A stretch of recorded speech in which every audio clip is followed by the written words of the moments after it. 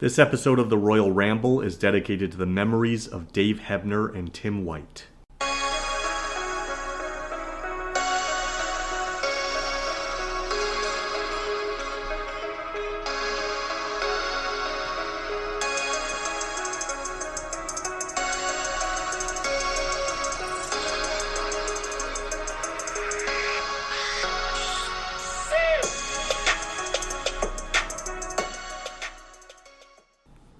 I'm back! Did you miss me?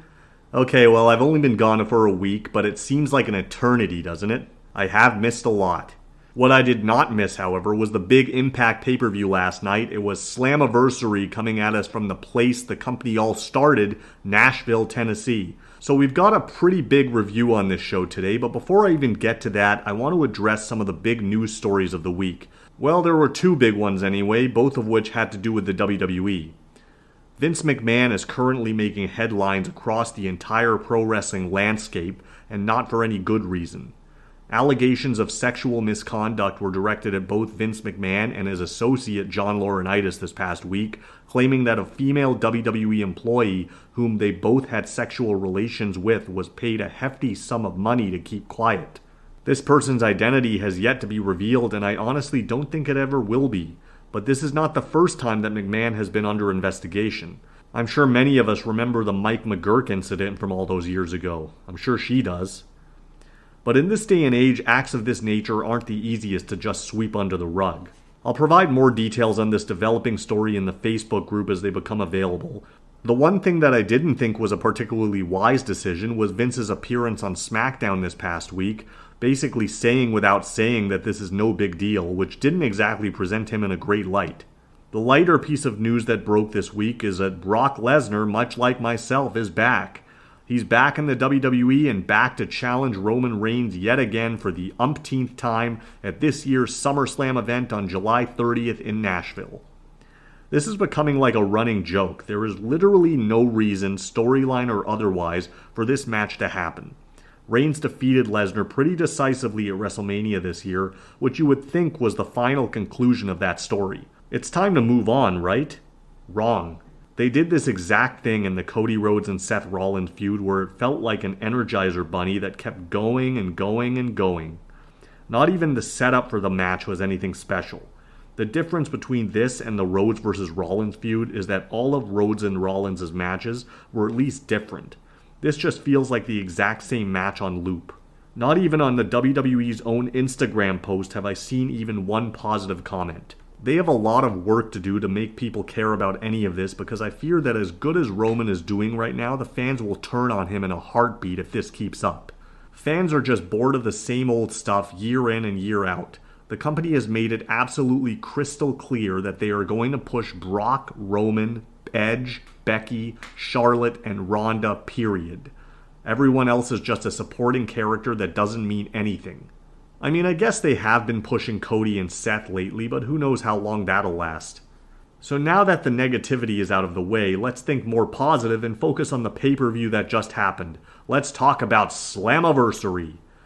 I gotta say, I love this show from top to bottom. There were a lot of throwbacks and surprise appearances, which I'll get into. And there was a lot of great wrestling. And unlike WWE, I felt like the legends that were brought back for this did not outshine the current talent. It very much felt like the ECW One Night Stand pay-per-views, both of which I loved, and I think next week's Forbidden Door event will follow that same pattern. This one was a little different as it did advance several on-screen storylines as well, but I'm expecting the AEW and New Japan event next week to be much more similar to the One Night Stand shows in that it'll be purely based on entertainment value with very little storyline progression. I think it'll be more of a standalone event. So let's get to it, shall we? I did miss the pre-show, so I won't talk too much about that. Rich Swann defeated Brian Myers to hold on to his Digital Media Championship, and Shark Boy won the very lame Reverse Battle Royal. The main card kicked off with the match that I was most looking forward to. It was the 6-way Ultimate X for the X Division title, featuring defending champion Ace Austin being challenged by Trey Miguel, Speedball Mike Bailey, Alex Zane, who much like Austin is fresh off his run in the Best of the Super Juniors tournament, Kenny King representing the Honor No More faction, and Andrew Everett, who was a last-minute replacement for Jack Evans who wasn't medically cleared to compete. This one was very fast-paced from the opening bell. There were a couple of unique moves here. Everett hit a nice-looking springboard corkscrew plancha to all of the opponents at ringside, and then, not to be outdone, Speedball climbed up to the cable, and while 3 of his opponents were in a lockup, almost looking like a scrum in rugby, he hit an Ultimo Weapon to all 3. This guy is a great athlete, but he really has to watch some of these moves because he may one day injure himself or someone else. Trey then hit a Super Canadian Destroyer off the middle rope to Zayn, which looked pretty crazy. The end came when 4 of the guys were hanging near the X. Bailey showed off his core strength by hitting some rapid-fire kicks to King, I believe, while still hanging. This dropped King from his perch, and then Bailey head-scissored Everett to the ground, and Everett looked like he landed with his legs on the rope, which did not look fun. Bailey and Austin were exchanging chops and slaps until Bailey ended the sequence with a kick to knock Ace off, and Bailey unhooked the belt, becoming the new X Division champion. Legendary WCW and Impact announcer Scott Hudson was the first of many surprises on this show. He served as backstage interviewer for the next segment and spoke to the members of Team Impact. Kaz had a very funny description of each guy on the opposing team, and Aldis quickly took everyone to school with his promo and proved that he is top-notch and among the very best in the business. A true main event level talent is Nick Aldis. They teased who the 5th member of the team would be without actually revealing anything. The first of many tributes was up next as AEW's Sting returned via video to talk about his time in the company. The Knockouts tag titles were on the line in the next match as the team known as the Influence, comprised of Madison Rayne and Tennille Dashwood, the former Emma in the WWE, defended against Taya Valkyrie and Rosemary. Raywalt noted the miscommunication between Valkyrie and Rosemary right at the start, and there was evidence of that throughout the match. There was a scary spot where the babyface team attacked the heels from opposite corners of the ring with spears, but as they landed, it looked like Madison and Tennille butted heads. In the end, it was Taya hitting Madison with a modified GTS, and Rosemary following up with what Angel Garza calls the wing clipper. I'm not sure what she calls it, but it earned her team the victory and the titles. Kurt Angle is in the next tribute video and provides his thoughts and memories from time spent in TNA. The Monsters Ball match was up next as Sami Callihan took on Moose, and the interesting part of this match is that they actually showed footage of each guy locked in his room prior to the event without any food, water, or sunlight. They've always explained the rules for the match, but I believe this is the first time they've actually ever shown them in the rooms. Sami sneak attacks Moose in the entranceway to get things underway. This match was very entertaining, and I liked that they told a decent story and it wasn't just all blood and guts. Moose drives a trash can into the forehead of Sami, which busts him open early. He then delivers a few Uranagis, the first 2 into the ring apron, and then the third one through a table at ringside. There was a funny spot where Moose goes for a spear in the ring, but Sami blocks it with a rubber trash can, and Moose actually goes halfway inside, and then Sami proceeds to beat the can with a chair as Moose is still wearing it. Moose tries to scale the buckles, but he loses his footing and slips on his first attempt, and Hannafin covered this nicely, saying that Moose was still groggy from the chair shots. Moose tries the move again, but Sami shoves him off the top rope through the timekeeper's table. Moose comes back with a sky high onto a pile of thumbtacks in the ring, and Sami responds with a Death Valley driver through a barbed wire board propped up against the turnbuckles. I was cringing at all the multiple shots to the head with the trash can lids, but fortunately that sequence ended quickly. There was a nasty spot where Sami powerbombed Moose off the middle rope right on top of a trash can that was set up vertically in the ring, and Moose looked like Homer Simpson when he had his back stretched out across the fire hydrant. From there, Sami delivered a couple of shots with a barbed wire bat and finished him off with a package driver 97 for the win. The tag titles were defended next as the Good Brothers challenged the Briscoes. All 4 guys started brawling immediately after the bell rang, and the referee lost complete control. The Briscoes hit dual topes to the outside, and Mark followed up with a Cactus Jack elbow drop from the apron. Mark then channeled Sabu as he sprung off a chair and executed a somersault plancha on both Good Brothers on the floor. The Good Brothers came back and attempted a magic killer on Mark, but Jay speared Anderson out of the play, and Mark almost caught Gallows with an inside cradle. Jay hit a high-angle running neckbreaker to Anderson out of a powerbomb from his brother Mark for a near fall. The end came when Gallows shoved Mark off the top rope right into the gun stun from Anderson, leaving Jay to fight off both Good Brothers. Jay attempted the Jay Driller on Anderson, but Gallows blocked it with a super kick, and the brothers finally got the Magic Killer on Jay for the win and the titles. So we have our third title change of the evening. A little surprising that this one ended so clean, especially since the Briscoes didn't get too long a run. After the match, both teams squared off center ring as they are interrupted by the music of the reunited America's Most Wanted. Storm says that the two teams in the ring remind him of AMW in that they know how to do two things, fight and drink.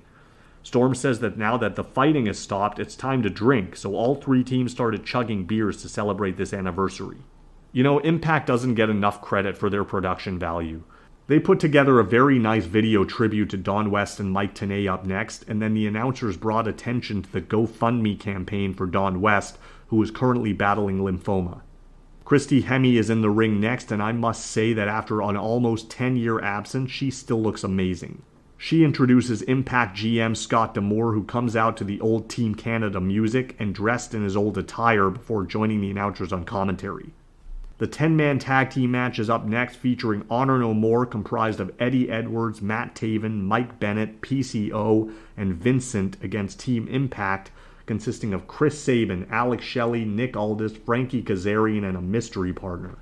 And as Kazarian makes his entrance, they show his wife Tracy and son Rebel at ringside, seated next to the legendary referee Earl Hebner, who just lost his twin brother Dave a few days earlier. Before the final participant is announced, former TNA president Dixie Carter comes out and thanks everyone for being a part of this event and keeping Impact alive with their continued support.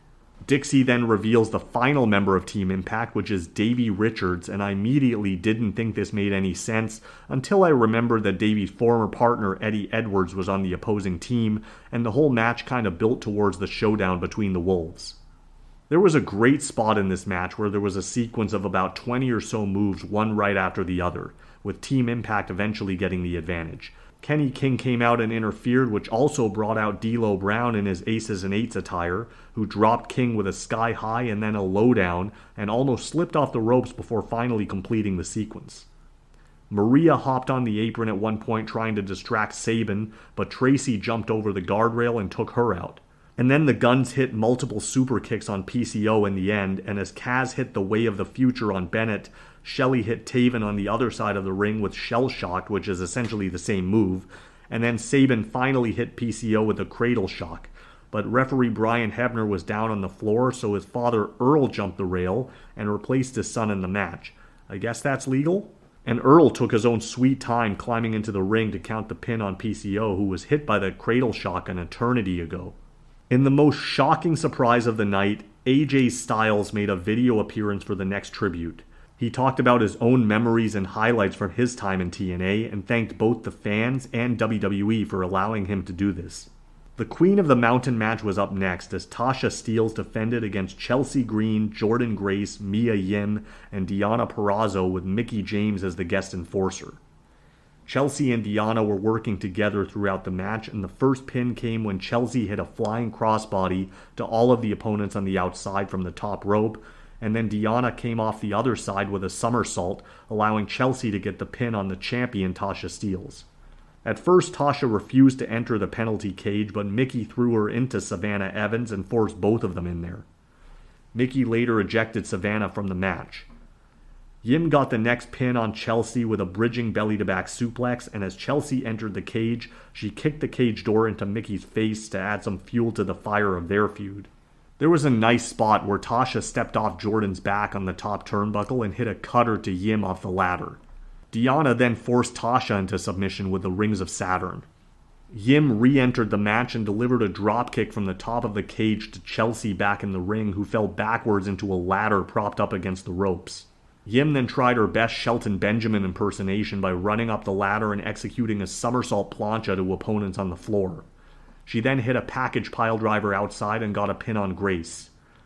It looked like Chelsea had victory well in hand until Mickie James entered the ring and pulled her off the ladder. Mickie then slid the belt to Yim.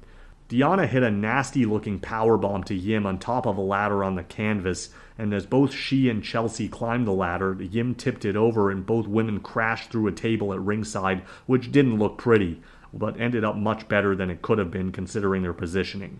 There was a dumb spot where Grace hit a move on Yim and got the pin, but Steele snuck right on top of the pile, and for some reason the referee ruled that both women are now eligible. Grace then hit a muscle buster to Steele's and got the final pin of the match, and with no one else in sight, Jordynne Grace hooked the belt to become the new Knockouts champion. This match was a lot of fun, with a very unpredictable outcome. Gia is backstage and introduces the next surprise of the night, former TNA Knockout Goldilocks, who takes over and interviews Impact Hall of Famer Gail Kim about her memories of being in Impact. And this leads into the main event of the evening for the Impact World title, with Josh Alexander defending the gold against Eric Young of Violent by Design. This match was very weird, but pretty good at the same time. These guys pulled out about every throwback move imaginable. Alexander first tried a best moonsault ever but missed, allowing Young to hit the stroke for a near fall. Young then hit a black hole slam and Alexander responded with an STO and finally hit the BME. Alexander then nailed the Styles Clash and applied the ankle lock, but then Diener threw powder into the eyes of the official right as soon as Young started tapping. Alexander had to fight off Violent by Design at this point. He first executed an angle slam to Doring off the apron through a table at ringside, and then as Diener challenged Alexander to fight him in the ring, with Diener waving around the VBD flag, Alexander reached under the ring and pulled out a Canadian flag, so they had a bit of a joust, which Alexander won. Alexander then grabbed a hockey stick, but Young blasted him in the face with a guitar, which busted him open. Young then once again exposed the ring canvas and drilled Alexander with a pile driver for a near fall. Alexander fought back and hit the C4 spike for the final 3 count to keep the title. So there you have it. That was Slammiversary. I will be back next weekend. It'll be another slightly delayed episode, as I will only be able to watch the AEW Forbidden Door event Monday afternoon. Until we meet again, I'll leave you with an ABC.